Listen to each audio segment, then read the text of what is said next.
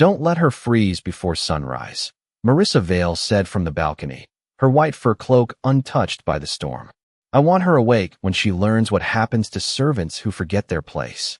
Grace Miller lay in the snow beneath the north laundry wall, one hand pressed around the small, shivering bundle hidden inside her torn gray cloak.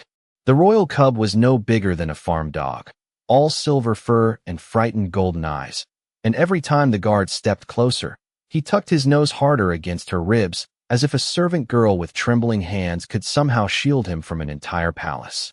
The snow had been falling since midnight, soft at first, then thick and merciless, turning the courtyard into a white grave of silence. Grace could taste winter on her tongue. It tasted like iron, like fear, like all the words she had swallowed since the day the palace took her in and renamed her useful only when her knees were bent and her eyes were lowered. Derek Vale stood a few feet away, boots planted wide, his smile sharp enough to cut through the dark. You stole from the royal kennels, he said, loud enough for the other servants to hear from the archway. You touched what belongs to the Alpha King. Grace lifted her head only an inch. Her lashes were crusted with snow, her breath shaking in pale clouds. He was crying, she whispered. Derek laughed, and the sound moved through the courtyard like a blade drawn slowly from its sheath. It is an animal. The cub whimpered under her cloak. Grace curled around him more tightly. No, she said, so softly the wind almost stole it. He was scared. That was when the first pair of eyes opened beyond the frozen hedge. Gold. Still. Watching. No one else noticed. The guards were too busy enjoying the shape of her humiliation. Marissa was too busy looking down as if the world itself had been built beneath her feet. But Grace saw them. One pair became 3. 3 became 10. Then the darkness beneath the pine trees filled with silent, burning eyes, each one fixed on the courtyard, each one waiting with a patience that felt older than the palace stones. Grace's heart stuttered. The Alpha King's wolves. Every child in the Northern Territories knew the stories. They were not pets. They were not guards. They were the living shadow of King Rowan Blackthorn himself. Creatures said to understand lies better than priests and fear better than soldiers. They did not appear unless royal blood had been threatened, unless a command had been broken, unless something sacred had been witnessed. Derek still did not turn around. He stepped closer and reached for the cloak. Give me the cub. Grace's fingers locked in the fabric. Pain flashed through her tired body, but she did not let go. The little wolf was shaking so hard she could feel his heartbeat against her palm, fast as trapped wings. Please, she said, not for herself, never for herself. He's cold.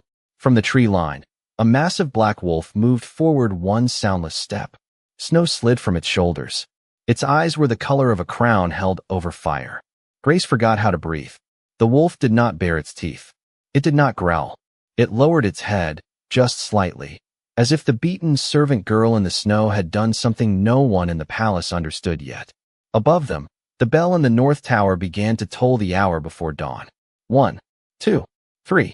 With every strike, more wolves emerged from the pines, forming a crescent of shadows around the courtyard. At last, Derek felt the change in the air. His smile faltered. Marissa's hand tightened on the balcony rail. The servants at the archway stopped whispering.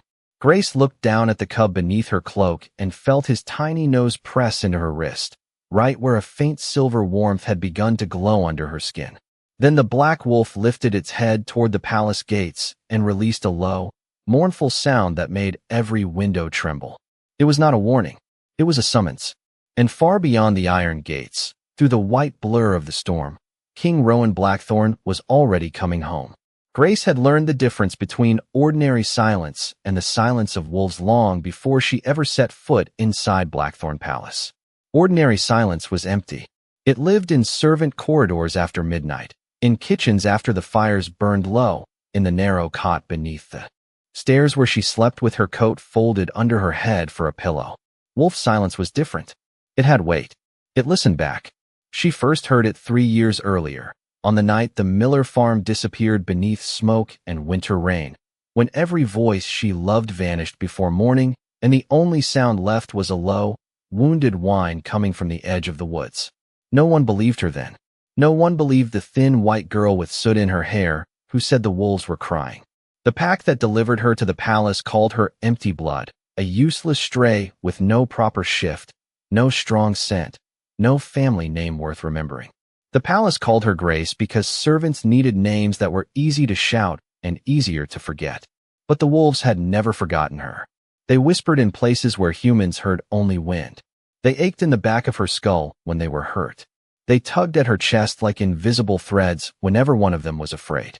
That was why she had left the laundry room after midnight with half a heel of bread, a strip of clean linen, and the small tin of salve she kept hidden beneath a loose floorboard. She had heard the cub before she found him. Not with her ears. With something deeper. A frightened pulse beneath the stone.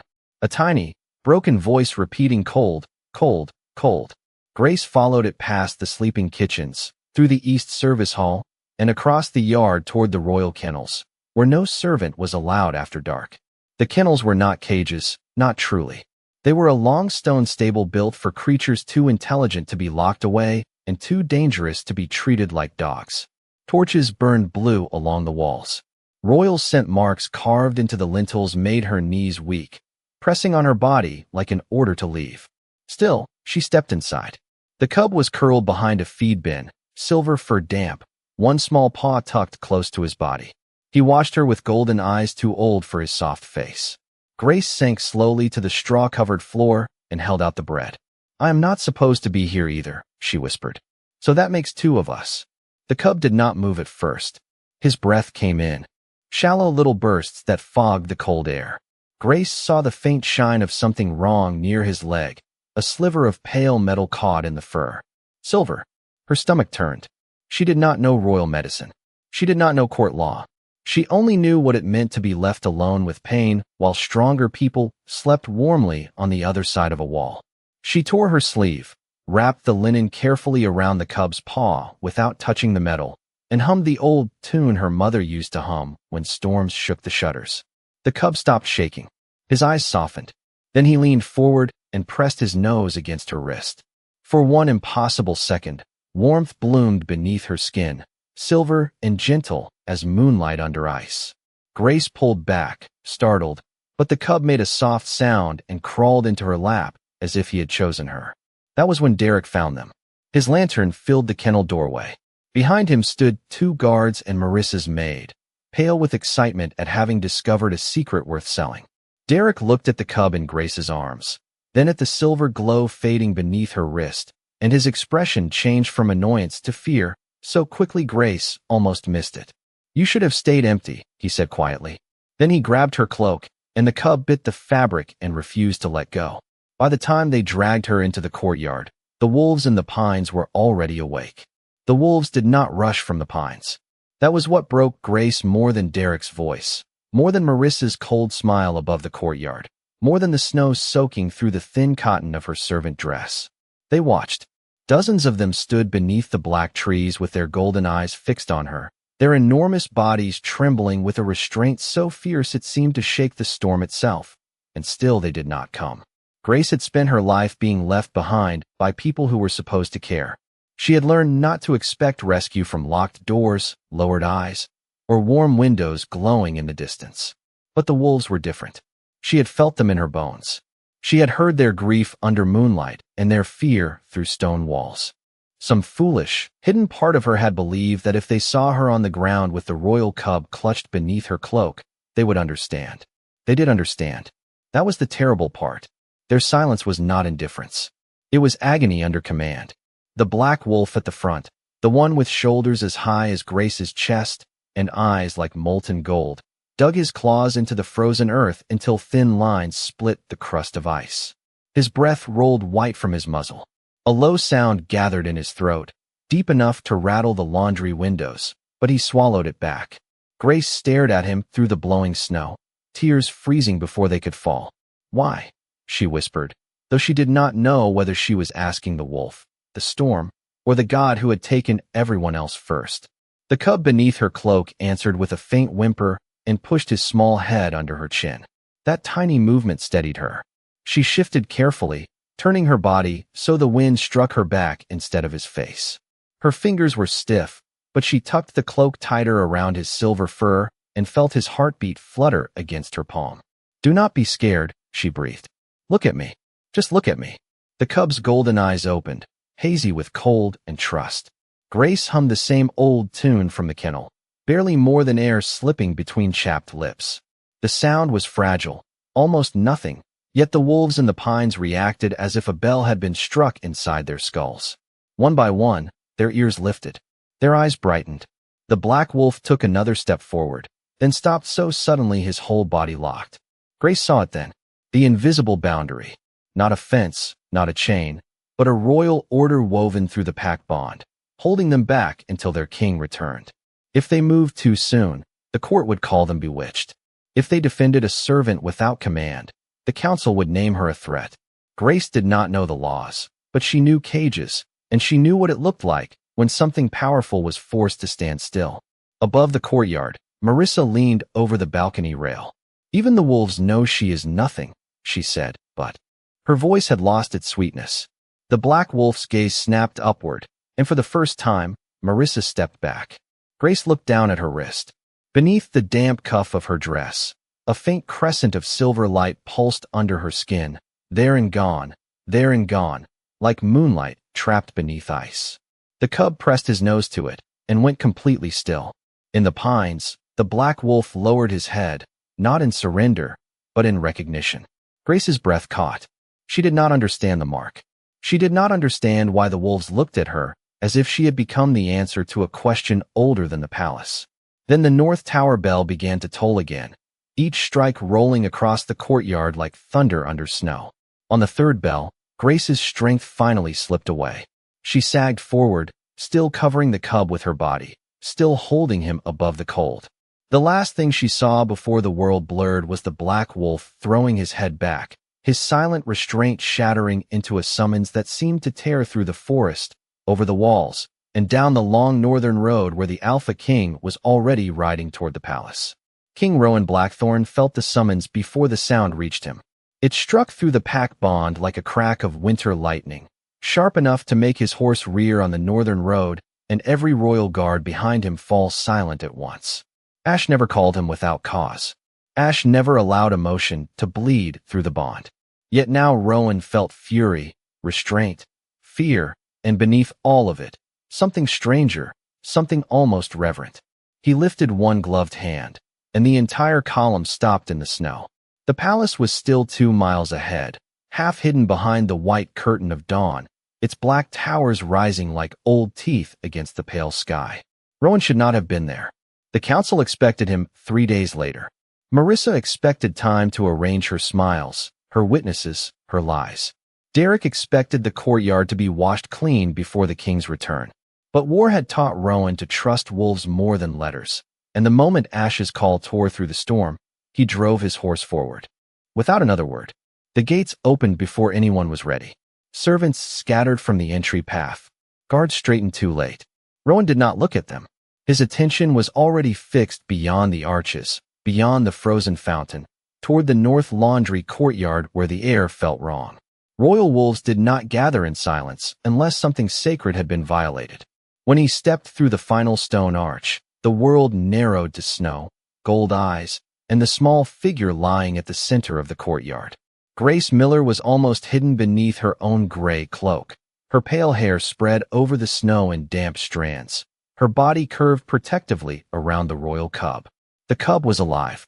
Rowan could hear his tiny heartbeat, weak but steady, tucked under the servant girl's arm where the last of her warmth had gone. The girl herself was colder. Too cold. Her lips were colorless. Frost clung to her lashes. One hand remained locked around the cub's fur even in unconsciousness, as if some deep part of her had refused to abandon him when her body could no longer obey. Rowan's expression did not change, but the temperature in the courtyard seemed to fall. Derek Vale dropped to one knee so quickly his voice cracked. "Your Majesty, she was found trespassing in the royal kennels. We were securing the cub." She resisted. Rowan did not answer. He walked past him. Snow crushed beneath his boots with a quiet, deliberate rhythm. Ash stood beside Grace, head low, shoulders rigid, every inch of him vibrating with the violence he had not been allowed to release.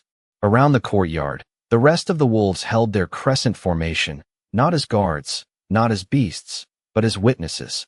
Rowan knelt beside the servant girl, and touched 2 fingers to the side of her throat. A fragile pulse fluttered there, faint as a moth trapped against glass. His jaw tightened. Then he looked at the cub. The little wolf opened his golden eyes and pressed closer to Grace. Not to his king, not to the bloodline he belonged to, but to her. Something old moved behind Rowan's ribs. Not softness. Not yet.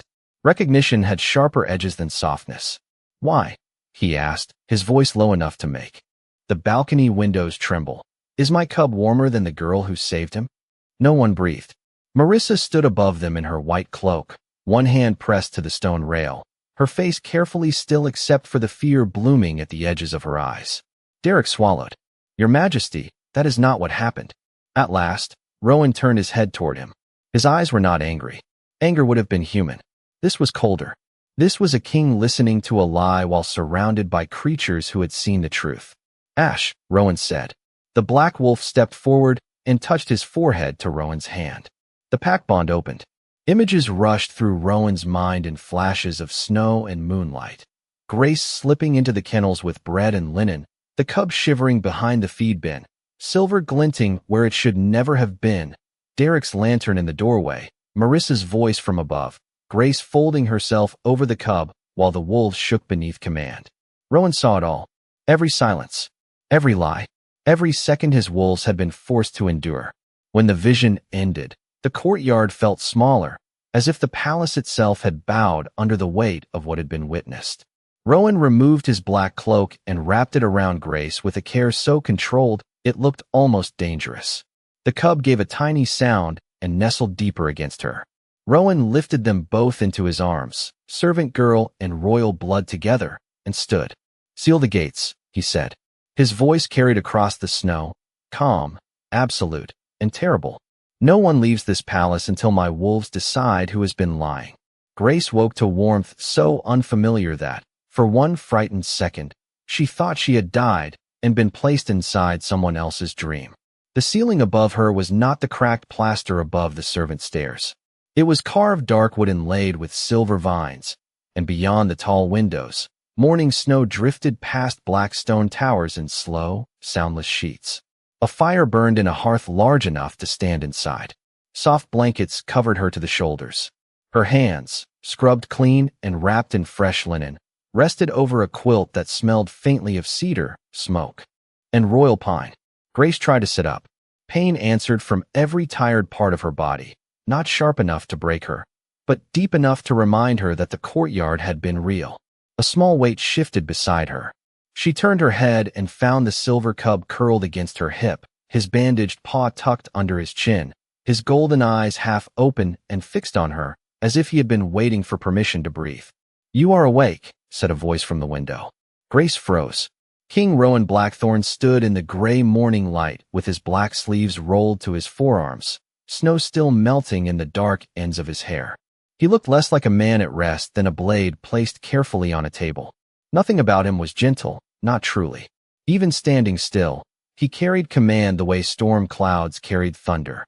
Grace's first instinct was to lower her eyes. Her second was to reach for the cub. Rowan noticed both. Do not move too quickly, he said. The healers said your body gave away more warmth than it could spare. Grace swallowed. Her throat felt rough, as if she had swallowed frost. Where am I? My chamber. The answer struck harder than any accusation could have. Grace's gaze flew to the room again, to the royal seal above the mantel, to the carved wolf heads along the bedposts, to the guards standing outside the distant doors with their backs turned in rigid silence. I should not be here. No, Rowan said. You should not have been in the snow either. The words were calm, but something beneath them made the fire bend lower in the hearth. Grace looked down at the cub. Is he safe? Rowan did not answer immediately. For the first time, his expression shifted, barely, as if her question had touched a place he had forgotten how to guard. You ask about him before yourself. He was crying. Her voice was small, but steady. I know what it sounds like when no one comes. The silence that followed was not empty. It was filled with the crackle of flame, the soft breath of the cub, and the distant, restless movement of wolves beyond the walls. Rowan crossed the room slowly, stopping several feet from the bed, as if approaching a wounded creature that might still run. His name is Elias, he said. He is my sister's son, the last child of her line. Grace's fingers tightened in the blanket. She had not known. She had only known that the cub was cold, that Silver did not belong in a baby's fur, that no living thing should have to be brave alone. I did not mean to touch what was royal, she whispered. I only meant to help. Rowan studied her with eyes as dark as winter forests. That is what troubles me. Grace looked up. Kindness troubles you? Kindness without ambition does. He glanced at the cub, who had lifted his head and was blinking at Rowan with sleepy distrust. Everyone in this palace wants something. Rank, favor, marriage, protection, revenge. You were carried into the Alpha King's chamber, wrapped in my cloak, with half the court waiting to hear whether I would punish or reward you. And your first concern was whether a cub survived. Grace did not know what to say to that. She had no ambition large enough for a throne room. She wanted a dry cot, a door that locked from the inside, and for the voices of frightened wolves to stop hurting inside her chest. The cub suddenly pushed himself up on unsteady paws and crawled across the quilt. Rowan stepped forward, hands lifting as if to catch him, but Elias ignored the king entirely. He climbed into Grace's lap, turned in a small circle, and tucked his head beneath her bandaged hand. Rowan went still. The air sharpened. Grace felt the change before she understood it. A king had been refused by his own blood, not out of hatred, but because the child trusted her more. I am sorry, she said quickly. Do not apologize for being chosen, Rowan said, though his voice had gone rough at the edges. Beyond the window, a low sound rose from the courtyard. One wolf, then another, then many. Grace looked toward the glass and saw Ash standing in the snow below with the royal pack behind him, all their golden eyes raised toward her window. Rowan followed her gaze. They have not left that courtyard since dawn. Grace's wrist warmed beneath the bandage, silver light leaking through the linen in a thin crescent. Elias pressed his nose to it and sighed. Rowan saw. His face changed in a way that was not fear, not yet, but recognition walking too close to his secret. Before he could speak, a sharp knock struck the chamber doors. A councilman's voice called from the hall, formal and cold. Your Majesty, Lady Marissa demands the servant girl be brought before the court. She claims witch blood has touched the royal cub. Grace felt the warmth of the room vanish. Rowan's eyes stayed on the silver glow beneath her bandage. Then the court, he said softly, is about to learn what my wolves already know. The great hall of Blackthorn Palace had been built to make ordinary people feel small. Its ceiling vanished into carved darkness. Its pillars rose like frozen tree trunks, and the throne at the far end sat beneath a black wolf banner large enough to swallow the morning light. Grace entered wrapped in a plain gray shawl instead of a servant apron, but every eye in the room still found the old shape of her rank. Servant. Stray. Nothing. Elias walked beside her on careful paws, refusing the healer who tried to lift him, refusing the guards who tried to guide him, refusing even Rowan until Grace lowered one bandaged hand and let the cub brush his nose against her fingers. The entire court watched that small gesture as if it were a crime. Marissa stood near the council dais in a gown of white silk and silver thread, beautiful in the way winter was beautiful from behind glass. Derek stood behind her with his hands clasped and his expression arranged into wounded innocence. Grace could feel his stare without looking at him. It pressed between her shoulders like cold fingers. Rowan took his place before the throne, but did not sit. That frightened the room more than anger would have. Kings sat when they judged. Predators stood when they hunted. A council elder with a narrow face and a voice like dry paper lifted a scroll. Grace Miller, servant of the lower household, is accused of entering the royal kennels without permission, touching royal blood, and influencing the Alpha King's wolves through forbidden means. A murmur moved through the hall. Grace kept her eyes on Elias. The cub leaned against her ankle, small body warm through the hem of her dress. I did enter the kennels, she said. Her voice echoed too softly in the vast room. Because he was hurt. Marissa gave a delicate laugh. How convenient. A nameless servant hears what trained royal handlers did not. She finds the cub alone. She touches him. By morning, the wolves bow and the king carries her into his chamber. Are we all expected to believe this is innocence? Grace's face warmed, not with shame, but with the old exhaustion of being turned into someone else's story. She opened her mouth, but Rowan spoke first.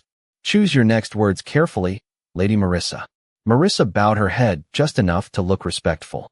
I choose them for the safety of your bloodline, your majesty, which blood has always worn a gentle face. The phrase changed the room. Servants crossed themselves. Guards shifted. The council elders' eyes brightened with the hunger of a man who had been waiting for permission. Grace felt Elias stiffen beside her. In the far corners of the hall, the royal wolves stood shoulder to shoulder, silent as judgment, Ash at their center. They had been allowed inside for the first time in a generation. Their presence made every life feel smaller, but not yet powerless. Derek stepped forward and bowed. I saw her with Silver Salve in the kennels, he said. She had the cub in her arms.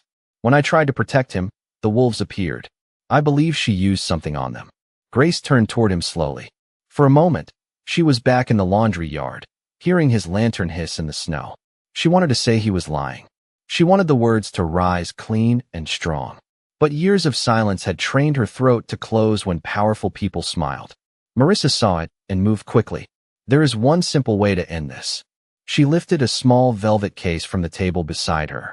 Inside lay a thin silver testing blade, polished bright beneath the hall lights. Elias made a frightened sound and pushed against Grace's leg. Ash's lips lifted, not enough for a snarl, but enough for the closest councilman to step back. Rowan's voice lowered.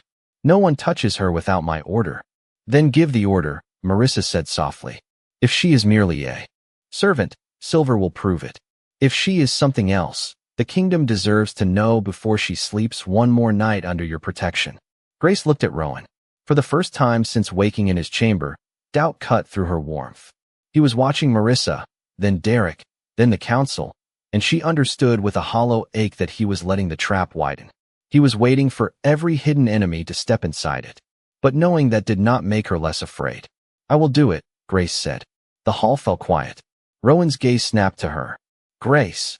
She shook her head once, small but firm. I am tired of other people deciding what my silence means. She stepped away from Elias, though the cub tried to follow, and held out her bandaged wrist.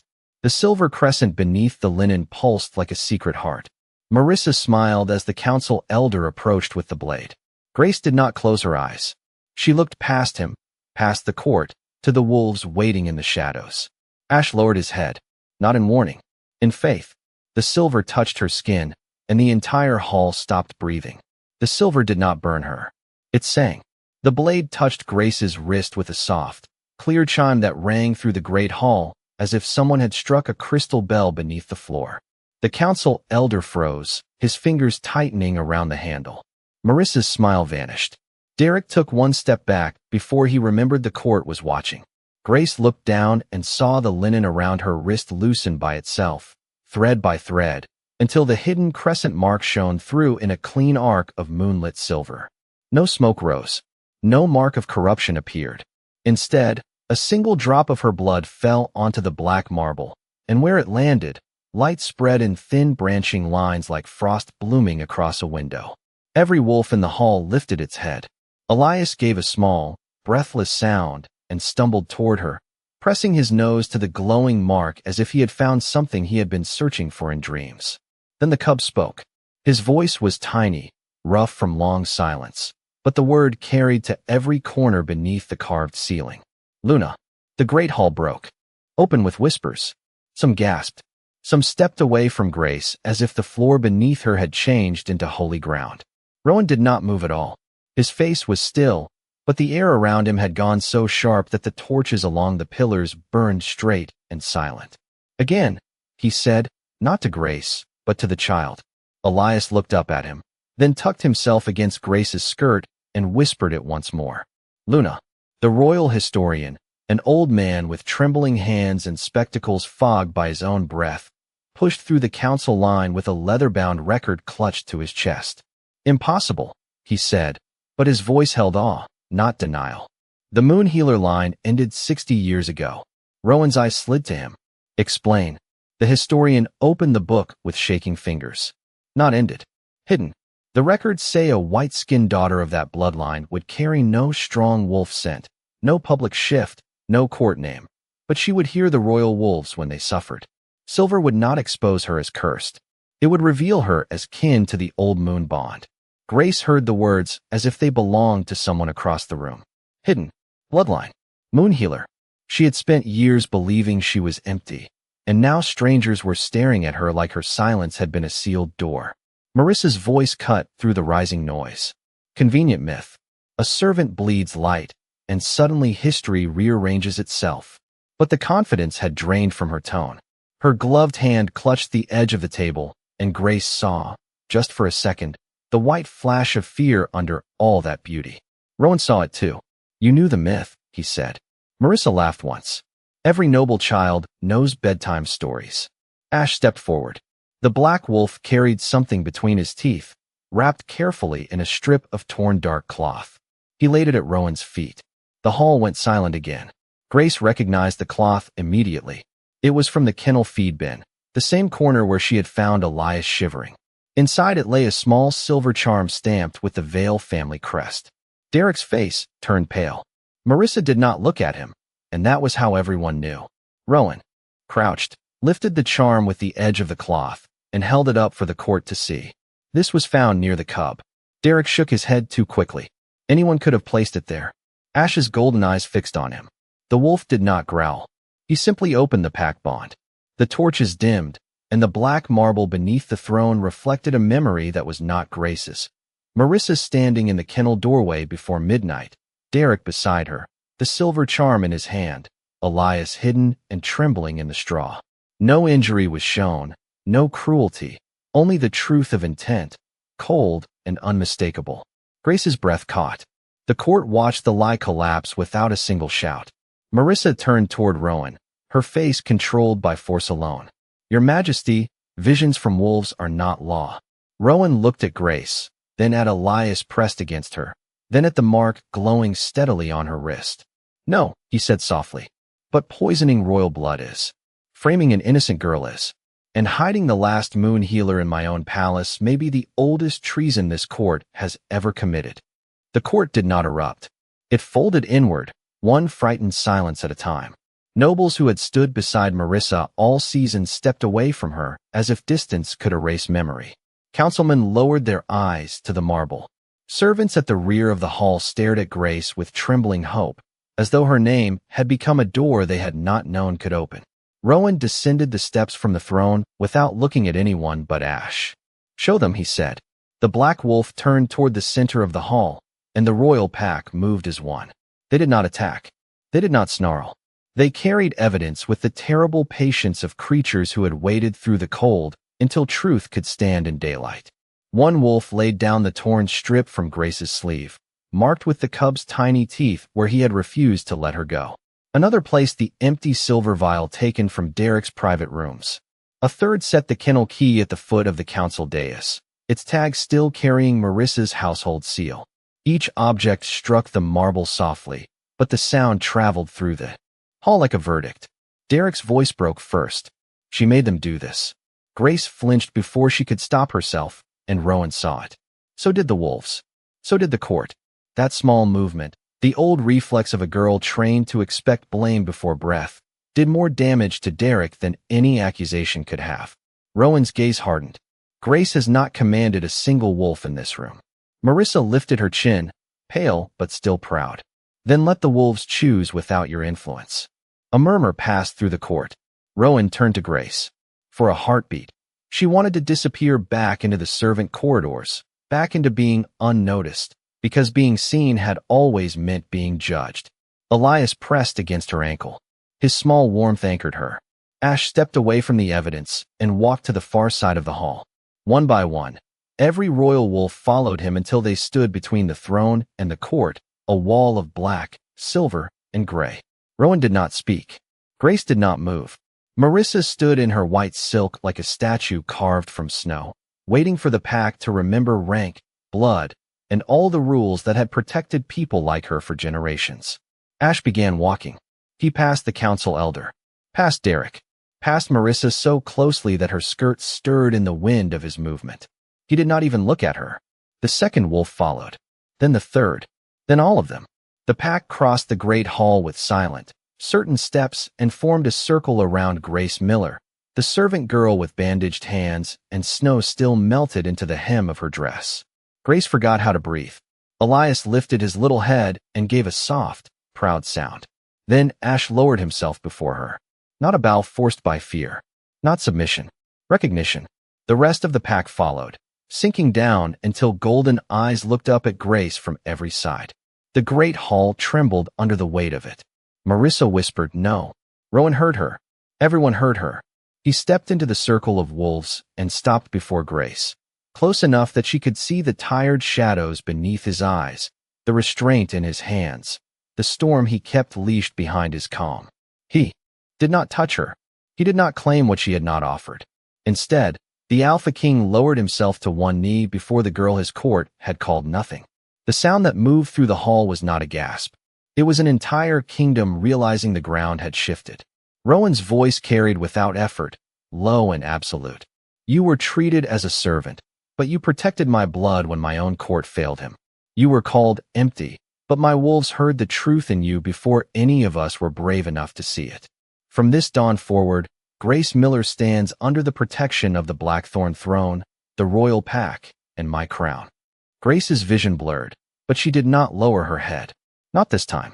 Rowan rose and turned toward Marissa, Derek, and the council. "And now," he said, the calm in his voice colder than the snow beyond the windows, "my wolves will finish giving testimony." By the time the wolves finished, no one in the great hall could pretend the palace had been clean. The testimony came not in words, but in fragments of memory reflected across the black marble.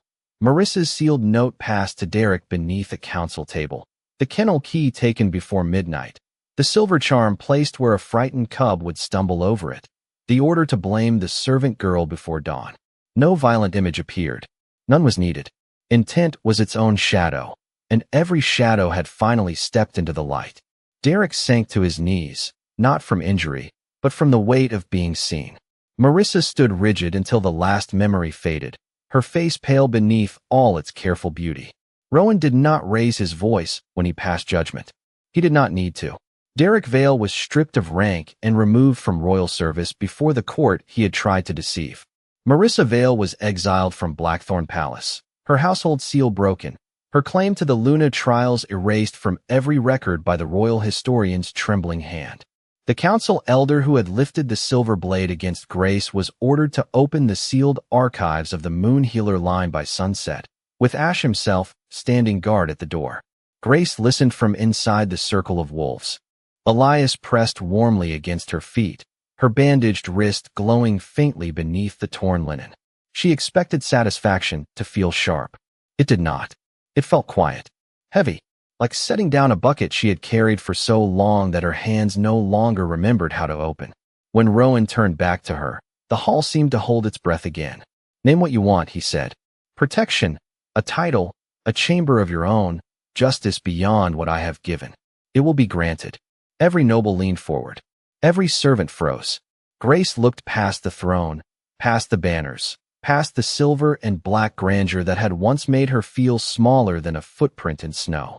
She saw the servant girls at the rear of the hall with red hands from winter washing. She saw the kitchen boys with hollow cheeks.